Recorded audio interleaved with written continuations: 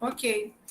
Bom, a literatura portuguesa tem início no século XII, a época do trovadorismo, estudamos na aula passada, né, que se dá entre 1189 até 1418, no século XV, quando começa o humanismo. Em aulas anteriores, vimos, em relação ao contexto histórico, que a literatura ocorre em meio à expulsão dos árabes da Península Ibérica e a formação do Estado português. Os primeiros relatos foram escritos em galego-português na fase da língua arcaica, por causa da integração entre Portugal e Galiza, até a separação na fase do português moderno, a partir de 1501, no século XVI, quando a língua portuguesa se uniformizou e adquiriu características do português atual, caracterizada pela poesia épica dos Lusíadas de Camões, publicada em 1572, celebrando as grandes navegações. Então, essa é a introdução da nossa aula e nós vamos seguir para o próximo slide, que trata sobre a segunda fase do português arcaico, que é o humanismo. Tá? Então, a gente estudou a primeira fase, trovadorismo, agora vamos para o humanismo, que é também chamado de segunda época medieval. Aqui nós temos o Homem de Vitrúvio. Esse desenho foi feito por Leonardo da Vinci em 1490, tá? Esse Homem de Vitrúvio, ele representa o ideal clássico da beleza, do equilíbrio, harmonia entre as formas, perfeição das proporções. E hoje é uma das obras de arte mais conhecidas do mundo. Ela utiliza a técnica lápis e tinta sobre o papel, tem dimensões de 34 por 24 centímetros, quer dizer, mais ou menos o tamanho ali de uma régua escolar, né? Um pouquinho maior. Esse é o desenho de um homem nu, representado numa sobreposição de imagens. Então, aqui você vê a anatomia do corpo humano. Numa delas, os braços fazem um ângulo de 90 graus e, na outra, aparecem acima da cabeça. Há duas formas geométricas, um círculo e um quadrado. Veja que o umbigo permanece imóvel, representando o centro do equilíbrio. Então, aqui do lado direito, tem um texto que traz algumas questões relacionadas ao humanismo. O que é o humanismo? É uma escola literária, um movimento de transição entre a Idade Média e a Idade Moderna, entre o trovadorismo e o Renascimento, com ideais filosóficos, morais e estéticos que valorizavam o homem. É por isso que você tem aí, para ilustrar essa aula de hoje, o Homem de Vitrúvio, porque aqui está em alta o antropocentrismo. O homem, ele quer saber o motivo de tudo que existe. Ele é um homem filosófico, ele quer saber o porquê de todas as coisas, mas não sob a ótica da igreja, não sob através do intermédio da igreja. Ele realmente quer buscar pela ciência, pela sua própria razão, entender o motivo de todas as coisas. O humanismo ocorre entre 1434 e 1527, como você pode ver aqui no segundo item. No terceiro item, fala que o início do humanismo se dá com a nomeação de Fernão Lopes para o cargo de cronista-mor da Torre do Tombo. Tá? Então, a partir daí, quando ele é nomeado para ser um cronista, é que começa o humanismo. Tá? Da Vinci, que fez o desenho aqui do Homem de Vitrúvio, ele uniu estudos da matemática, arquitetura e filosofia para elaborar com perfeição o desenho que retrata as proporções humanas e estabelece relações entre a arte e a ciência. A obra está exposta na Gallery dell'Accademia, em Veneza, na Itália. Aqui no último item, você vê que é baseado no pensamento racional e científico que o homem é o centro do mundo, em contraposição ao teocentrismo. Então, a razão está acima de tudo. A razão colaborando ali com a ciência. Né? Então, o homem se coloca no centro, que é o que chamamos de antropocentrismo. Então, não está em alta o pensamento da igreja sobre as pessoas, né? Sobre os grandes estudiosos, mas sim toda essa ideia que a igreja traz, ela é questionada, tá? Vamos a seguir, então, ver as características do humanismo, tá? Gente, os naturalistas, eles buscavam compreender os fenômenos por meio da racionalidade, sem envolver os dogmas da Igreja Católica, que alegava que tudo era provocado pelo divino e que nada deveria ser questionado. O que possibilitou o desenvolvimento das ciências com experimentos e fatos empíricos ligados à matemática, à física, à medicina.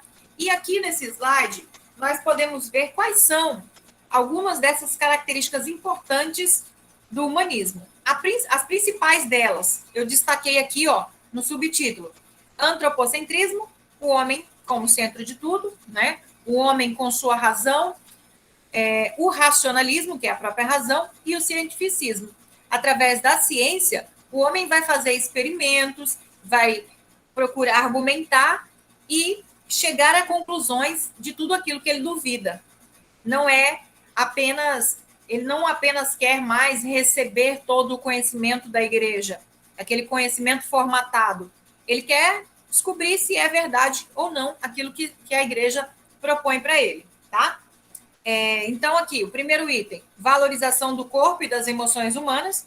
Então, se o homem é o centro de tudo, eles começam a pensar nessa anatomia desse corpo como algo que expresse a perfeição. Não é à toa que no humanismo tem muitas estátuas, muitas imagens, tem os desenhos que o Leonardo da Vinci faz, né? Ressaltando a importância desse homem, da força do ser humano, tá? Afastamento de dogmas da religião, o que faz com que a igreja perca o monopólio do conhecimento. Então, o que seria o monopólio? A igreja concentra para si todo o poder do conhecimento, mas, nesse momento, a religião perde um pouco a sua importância, perde esse monopólio todo do conhecimento, porque o homem, ele quer saber, independente daquilo que a igreja está pregando, né? Terceiro item, os humanistas buscavam o equilíbrio entre os autores pagãos da antiguidade e os ensinamentos cristãos da Bíblia. Então, pagão tem a ver com aquilo que é diferente do que está na Bíblia, né? Retomada do modelo clássico das culturas da antiguidade, né? A antiguidade clássica grega e romana, surgimento da burguesia. Vamos lembrar que, historicamente, a palavra burguesia vem do latim, da palavra burgos, que se refere a pequenas cidades, tá? Estamos aqui, então, nesse quinto item, tá, gente? Para vocês acompanharem a explicação. Então, burgueses eram os habitantes dos burgos, aquelas pequenas cidades. A burguesia surgiu na Idade Média com a expansão do comércio e das cidades medievais. Lembre-se que na aula passada nós falamos do feudalismo, né? O feudalismo tem muito a ver com a época do trovadorismo. Agora a gente já está falando do humanismo, onde a burguesia estava em alta. Então, a burguesia, como eu disse, surgiu na Idade Média, com a expansão do comércio e das cidades medievais, e com o declínio do sistema feudal, quando a quantidade de terra deixou de ser sinal de riqueza, mas sim a quantidade de dinheiro. Então, a terra não era tão importante quanto você ter a moeda, o dinheiro. O senhor feudal, ele deixa de ter poder, e esse poder passa para o rei. Então, a monarquia e a religião, nesse momento, sofrem a reforma protestante, tá? Então, vamos lembrar que hoje, se existem os evangélicos, eles derivam do protestantismo, tá? E esse protesto era contra a Igreja Católica, que era a única religião, né, que predominava na época, né? Tá bom, gente? Aí, no fim, nós temos a busca da beleza e da perfeição, né, que eu acabei de falar dessas estátuas, dessas imagens, né, do corpo humano, desenhos, valorização do racionalismo e do método científico, que eu já falei aqui em cima, e desenvolvimento da imprensa. A seguir, nós temos aí essa belíssima obra de Michelangelo, que fica na Basílica de São Pedro, feita em 1499, tá? Ela foi encomendada por um cardeal lá no Vaticano, e o nome dessa escultura é Pietà. Inclusive, gente, tem uma réplica dessa escultura lá na Catedral de Brasília, que está lá desde 1989. Eu tenho até uma foto na frente dela. Eu acho que isso é a perfeição, né? É uma arte muito bonita numa pedra de mármore. Imagina o cara conseguir esculpir isso aí, tem que ter muito talento, né? Então, a escultura original da Pietà, ela é feita em mármore e foi feita em 1498 e entre 1498 e 1499, né? Terminou em 99. E ela realmente ela é trabalhada para beirar a perfeição, né? Se você olhar nos detalhes aí, é impressionante. Então, Maria, mãe de Jesus, ela é representada mais jovem do que o próprio filho e ela é muito bonita, como vocês podem ver. Ela segura Cristo morto. O corpo de Cristo, ele é anatomicamente perfeito. E Michelangelo, ele ficou tão orgulhoso que ele esculpiu a assinatura dele na fita que divide o peito da Virgem. Então, essa fitinha que vocês podem ver bem aqui, ó. Tá vendo aqui essa fitinha? Aqui, ele assinou o próprio nome dele, que não era uma coisa comum dele fazer, de tão orgulhoso que ele ficou do trabalho. Adiante, a gente tem a criação de Adão, feita por Michelangelo Buonarroti, que fica no teto da Capela Sistina e foi feita em 1512. Então, essa criação de Adão, ela é um tipo de arte que é chamada de afresco. É um afresco pintado, como eu disse, né, por Michelangelo, no teto da Capela Sistina, e foi feita a pedido do Papa Júlio II. A capela, ela fica na cidade-estado do Vaticano. O Vaticano, como vocês sabem, é o menor país da Europa. E essa imagem ela fica na residência do Papa, lá em Roma. Né? Roma é a capital da Itália. Então, essa é considerada a obra-prima de Michelangelo, essa pintura, tá? Realmente tem um significado muito grande essa pintura da criação de Adão, né? A gente vê aí a imagem de Deus, os anjos. É fantástico, né? A arte é muito, muito interessante mesmo. Continuando, vamos falar sobre as produções literárias do humanismo. Eu quero saber se vocês estão me ouvindo bem, se está tudo bem para vocês aí, se estão conseguindo entender o que eu estou falando. Ou eu estou falando sozinha? Não, dá para entender. Ah, tá. Porque é tão diferente da sala de aula, né? Que na sala de aula é um barulho, toda hora tem que interromper a aula para pedir atenção, e aí pela internet a gente fica sem o retorno, né? Mas vamos lá. Com relação às produções literárias do humanismo, nós temos aqui essas crônicas, né? Ou seja, essas prosas historiográficas. Prosa é diferente de poesia, né? Tem uma estrutura diferente, vocês já sabem qual é. E crônica traz ali os assuntos do cotidiano. No caso dessas crônicas historiográficas, elas apresentavam preocupação com o registro de documentos, com a identidade nacional. Então, traduzia a nova realidade mercantil que se estava vivendo ali, né, com a ascensão da burguesia, e que, no caso aí, deixa para trás os valores medievais do feudalismo. Então, como está dizendo aqui no slide, as crônicas historiográficas, elas registravam os acontecimentos e momentos históricos da vida dos personagens importantes daquela época. Então, é através desses documentos que os estudiosos têm como trazer hoje para essa nossa aula, né, tudo o que aconteceu na história. Então, se não fossem esses documentos que foram escritos naquela época, hoje a gente não saberia uma parte da nossa própria história, como é que a gente chegou até aqui, né? Então, todo esse passado, ele faz parte da construção do mundo em que a gente vive hoje. Aí nós temos um nome que se destaca, que é o Fernão Lopes, entre 1390 e 1460, aqui nesse segundo item aqui, tá? Ele foi nomeado para ser o cronista-mor da Torre do Tombo em 1418. Ele é o maior representante da prosa historiográfica humanista e fundador da historiografia portuguesa. Então, quais são os livros mais importantes que ele escreveu?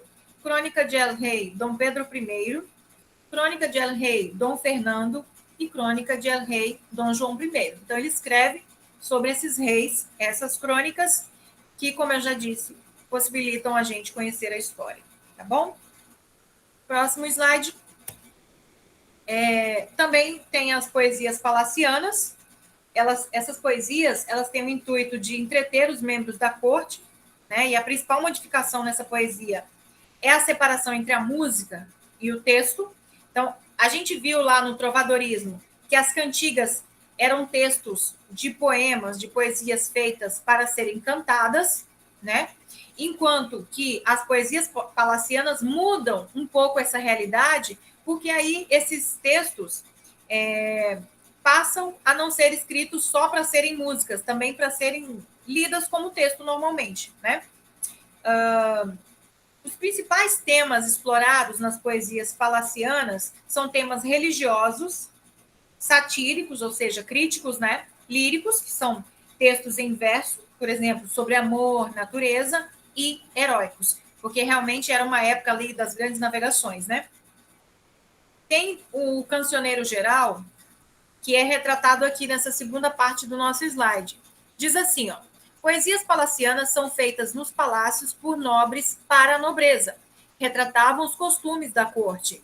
Garcia Rezende é o maior representante da poesia palaciana, com toda a produção registrada e organizada na obra Cancioneiro Geral. Então, o Cancioneiro Geral, ele reunia cerca de 900 produções poéticas dessa época. Então, antes, a poesia estava relacionada à música. Aí, durante o humanismo, o texto poético adquire uma independência. E lá no trovadorismo, haviam textos poéticos recitados e acompanhados por música e dança, como eu já falei na aula passada. Eram as cantigas. Já a poesia palaciana não era feita para ser cantada, tá bom? Ela era feita para ser declamada. Realmente, quando você lê uma poesia, você lê ela bem bonito, em voz alta, você está declamando a poesia. Então, era com esse propósito que era feita a poesia palaciana, tá? Então, não tinha, nesse caso aí, a presença dos instrumentos musicais. E nós vamos ver isso nos exercícios que nós vamos fazer, tá bom? Os textos, aqui já no último trecho aqui, tá? Do slide. Os textos passaram a apresentar um cuidado formal, tendo ritmo e melodia obtidos a partir da métrica, da rima, das sílabas tônicas e átonas. Então, aqui já tem aquela característica do poema que não é escrito para ser musicado, ele é escrito para ser declamado, mas ele tem um ritmo, né? Um ritmo de poema. Desenvolveram-se, então, nesse momento da história, as redondilhas maior, que são versos de 7 sílabas, e menor, com versos de 5 sílabas poéticas. Vocês devem lembrar que a gente estudou isso naquelas aulas, né, sobre expansão silábica, métrica, tá? Então, aqui a gente tem o desenvolvimento das redondilhas maior com 7 e menor com 5 sílabas poéticas. Continuando, tem também nessa época o teatro popular. Aí essa parte é bem mais interessante. Ele é caracterizado pela sátira, tinha como objetivo moralizar e criticar o comportamento das camadas sociais. Que camadas sociais são essas? A nobreza, o clero e o povo. Então, vai trazer um conteúdo que vai tratar sobre a hipocrisia, sobre o comportamento humano. Então, esse tipo de teatro vai demonstrar a parte psicológica do ser humano, a parte moral, como ele se comporta perante a sociedade, né? Quando ele é verdadeiro, quando ele é falso, quando ele é hipócrita, tudo isso vai ser tratado no teatro popular, que tem essa característica de ser uma sátira, uma crítica, né? E o grande autor desses teatros populares é Gil Vicente, entre 1465 e 1536. Ele inicia o teatro popular português com os autos, que são textos poéticos em redondilha, temática religiosa e moral, e as farsas, que têm um caráter engraçado, cômico, um conteúdo sobre o cotidiano social, tá? E aí eu coloquei aqui 3 obras muito interessantes que vocês depois podem pesquisar na internet e acompanhar melhor. Eu trouxe esse material para vocês verem ele reduzido, tá? Dentro do tempo da nossa aula. Então, é o Alto da Barca do Inferno, que foi escrito em 1516, tá? É muito legal. Vocês vão ver um pouquinho sobre esse assunto na aula de hoje, tá? A Farsa de Inês Pereira, de 1523, e o Alto da Compadecida, que foi escrito por Ariano Suassuna em 1955, e o filme desse livro foi lançado no ano 2000, tá? No ano 2000 por Ariano Suassuna. O Ariano Suassuna, ele morreu recentemente. Não sei nem, não estou nem lembrando foi em 2014. Ele morreu com 87 anos, gente. Foi recente agora, 2014. Esse cara, pesquisem sobre ele na internet. É um escritor brasileiro. Ele é muito inteligente. Ele trata sobre histórias do sertão, né? Sertão nordestino, tá?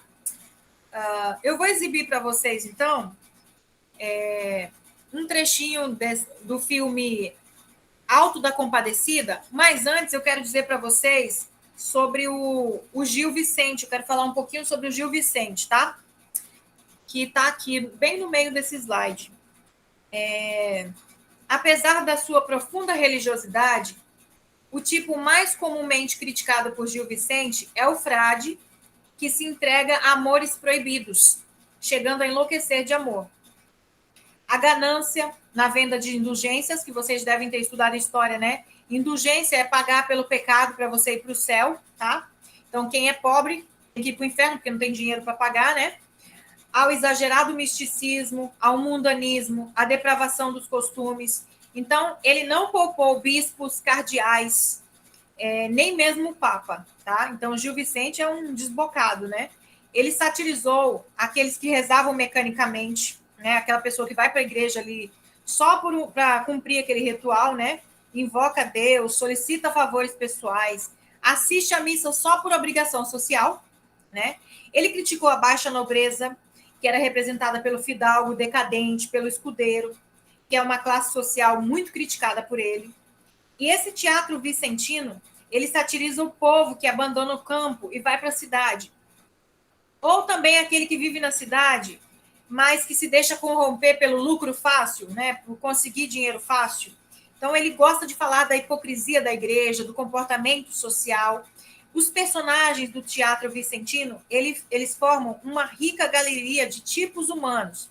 Tem esses personagens, o velho apaixonado que se deixa roubar, a fofoqueira, que é a alcoviteira, a velha beata, o sapateiro que rouba o povo, o escudeiro fanfarrão, o médico incompetente, o judeu ganancioso, o fidalgo decadente, fidalgo é um título de nobreza, a mulher adúltera, o padre corrupto. Então, Gil Vicente, ele não se preocupa com tipos psicológicos, tá? Ele se preocupa com tipos sociais.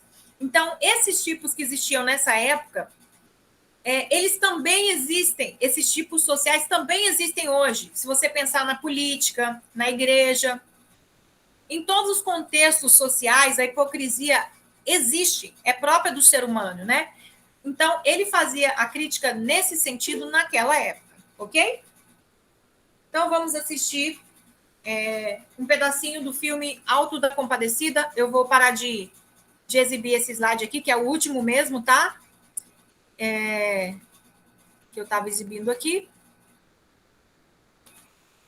Parar a apresentação, então eu vou colocar para apresentar o filme Alto da Compadecida para vocês assistirem. Não sei se vocês já viram. Alguém já viu o Alto da Compadecida? Não? Não, pelo menos eu vi meus pais assistindo, professora. Já, e quem não viu devia ser preso. É muito bom. Quem não viu, aproveita e assiste, gente. É muito engraçado. É um linguajar nordestino. É cheio de, sabe, os personagens são maravilhosos. Tem o Selton Mello, tem esse ator aí que vocês estão vendo. Gente, eu vou mostrar só um trecho para vocês, que é a parte do julgamento, tá? Mostra a parte que um personagem morre e aí ele vai ser julgado, tá?